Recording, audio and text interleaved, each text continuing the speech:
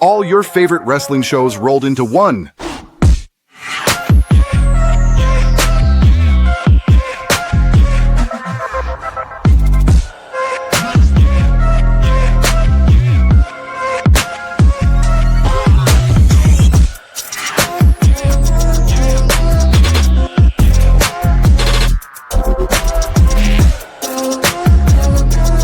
Welcome to the We Book It podcast. Let's start the show. Yeah. Welcome in, everybody, to another episode of the We Book It podcast. I am your host, Virgil, here once again, guys. And this is Who's Next with NXT. Let's get right down to business. Make sure that you guys like, share, and subscribe so that you never miss any of our recaps of what happens each week on wrestling. Now, with that being said, guys, we are days away. Tomorrow is Christmas Eve, and we are days away from celebrating Christmas Day. With that, this NXT was taped. But again, like I said, there was a festive atmosphere though for this show. We get to see Lola Vice versus Izzy Dame opening round of the men's speed championship tournament. Chelsea Green versus Sol Ruka for the United States Championship. All right, so first and foremost, Lola Vice versus Izzy Dame. After the usual shots of superstars arriving to the show, Vice made her way to the ring for her match against Dame. Shawn Spears was at ringside per usual. Dame used her height and power to take control right away, but once Vice regained her composure, she started unloading on her with strikes. This may not have been the prettiest match, but their physicality helped make it feel more intense. Both competitors leaned into their strengths and put on a hard-fought battle. Both women worked hard to make each other look good, even on the moves that didn't look smooth. They added enough energy to make it look effective. Vice grabbed her foot to distract her so Dame could take control. But moments later, Paxley cut her away through the wall below the crow's nest with a chainsaw and chased Spears out of the arena. Vice took advantage of the situation and nailed Dame with a spinning back fist to get the win. Kehlani Jordan attacked Vice after her win and took her out with a series of kicks. All right. So, again, like I said, this was your first match. The winner of this match, Lola Vice, defeating Lola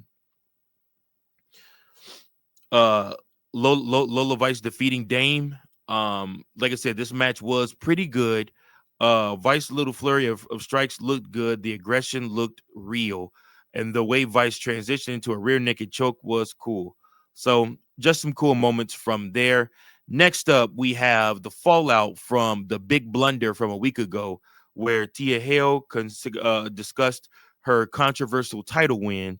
So before the break, Thea Hail was shown thanking Jordan Grace for standing up for her last week. When the show returned, the new North American champion came out to address the crowd. This title win was never supposed to happen, but you could tell that a lot of people in the crowd were happy to see Hail finally holding a singles title. She spoke about how she'd gotten so many opportunities, and it has all led to this moment. She even gave Andre Chase a little shout out for helping her. While her delivery was a little uneven in places, this was a solid promo from the 22-year-old rising star. Again, this girl is so young. She has so much time yet to put in before she'll be ready for the main roster. But again, the former champion cried as she came out and said that this was all a mistake. She ended up decking Hale to kickstart a brawl. Security broke it up, but the rematch for New Year's Evil is set. That's right. These two are going to go at it again on New Year's Evil. After that, Ethan Page was shown telling Miles Bourne he needs to figure out his next move because he can't handle the pressure in NXT. It looked like some of that was just a little bit of him just talking trash. We'll see what these two end up doing. Next up, we had Eli Knight versus Tavion Heights. So Eli Knight from Evolve made his NXT debut this week in a speed tournament match against Tavion Heights. Knight immediately hit a pair of drop kicks followed by a moonsault to take control in the first 30 seconds. Heights had a significant size advantage, so once he was back on his feet, he overpowered the young man over and over and over again. Knight got in a ton of offense in a short amount of time, but he took one too many risks and missed a moonsault. Heights dropped him with a belly-to-belly for the win. This was a short match, which all speed matches are short matches, but it was a fun match. The energy was high, and it had some really cool spots. Tavion Heights moves on. Next up, so Ruka gave a backstage interview, and Zarya was clearly still mad, but trying to hide it. we'll see what's happening between those two. Like I said, we continue to see these two uh basically get closer and closer to parting ways with one another.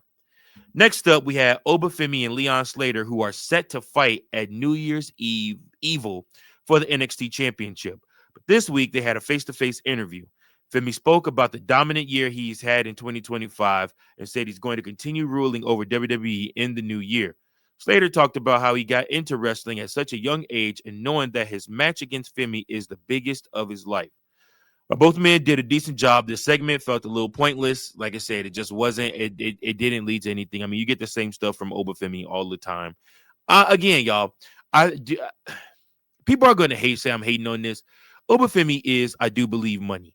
I just don't believe in the character they have Obafemi playing right now. I don't believe in it. I think that it's generic. I think that it's not the real him.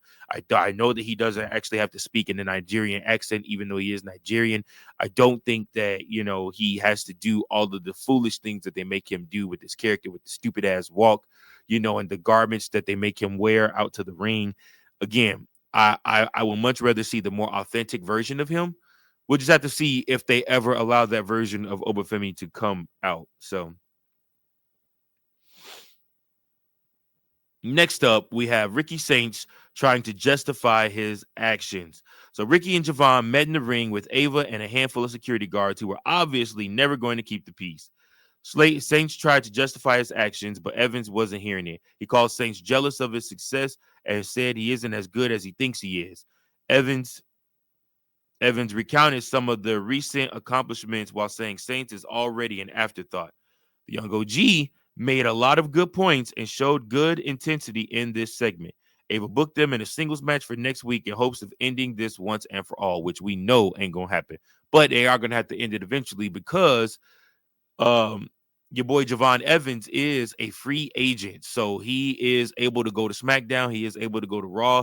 He's trying to get a contract. Apparently, I like that this gimmick that they're running with him right now, seeing who's going to offer him a deal, where will he eventually end up, and he's still liable to work on NXT too. So he's in WWE. He does have a WWE contract. He just doesn't have a home right now. So next up, Skylar Ray and Shiloh Hill versus Stax and Ariana Grace.